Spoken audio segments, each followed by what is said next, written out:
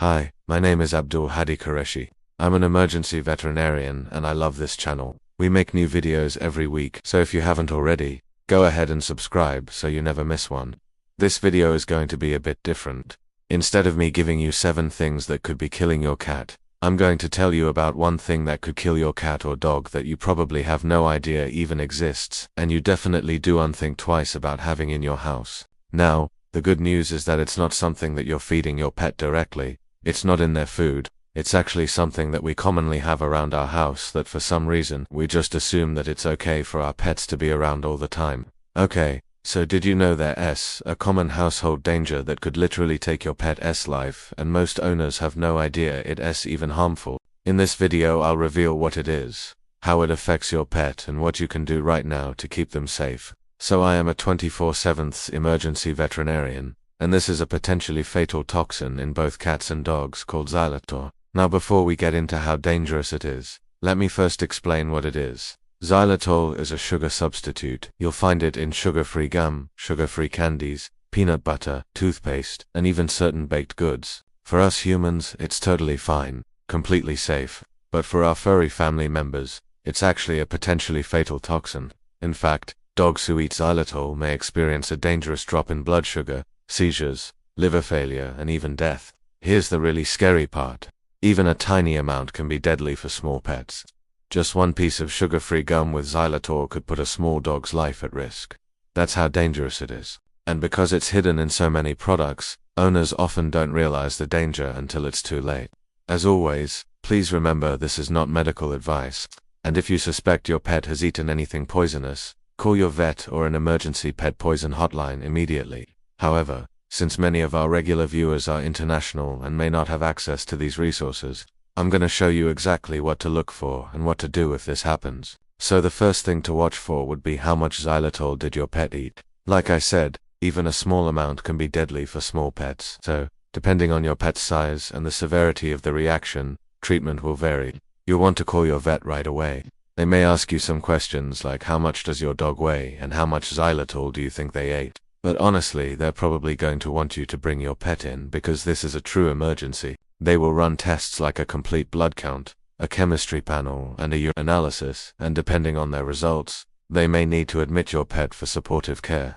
But what should you do while you're waiting for the vet to call you back, or while you're on your way to the emergency vet? What are the signs to watch for? Well, I'm glad you asked. First, it's important to act fast because the symptoms usually start within 10 to 60 minutes after ingestion. So time is of the essence. The first sign of Xylitol toxicity is often weakness. Your pet may seem lethargic or collapse without warning. I've seen this happen where the owner thought their dog was just tired, and then suddenly they collapsed in front of their eyes. The next sign is vomiting. You may notice that your dog is either excessively thirsty or they're throwing up. Another sign is trembling or seizures. When blood sugar drops too low, the brain doesn't get enough energy and starts to malfunction. This can cause whole body tremors or seizures. Lastly, you may notice that your pet is losing coordination. Their gait may become abnormal, and they may stumble or fall. If you notice any of these signs, call your vet or an emergency pet poison hotline immediately. Time is of the essence when treating Xylitol toxicity. The best treatment options include inducing vomiting and administering activated charcoal to prevent absorption of the remaining toxin. However, this must be done within 6 hours of ingestion for it to be effective. You can induce vomiting by giving your pet 3% hydrogen peroxide. It's available at most drugstores. Give 1 teaspoon per pound of body weight. Make sure to call your vet first to make sure it's safe and appropriate for your pet. If you can't make your pet throw up, your vet may be able to do it once they arrive. They'll also likely give them activated charcoal, which helps absorb any remaining Xylitol in the stomach. After that, your vet will monitor your pet closely for complications and administer intravenous fluids to help stabilize their blood sugar levels.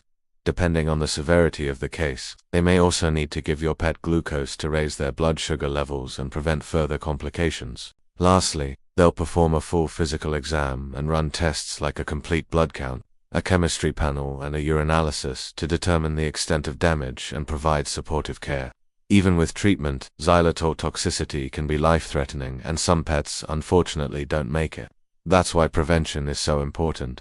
Make sure to check all ingredient labels carefully and avoid any products containing Xylitol. Keep sugar-free snacks, toothpaste and gum well out of reach of your pets. They're curious and they're smart. They can easily figure out where that stuff is kept and get into it.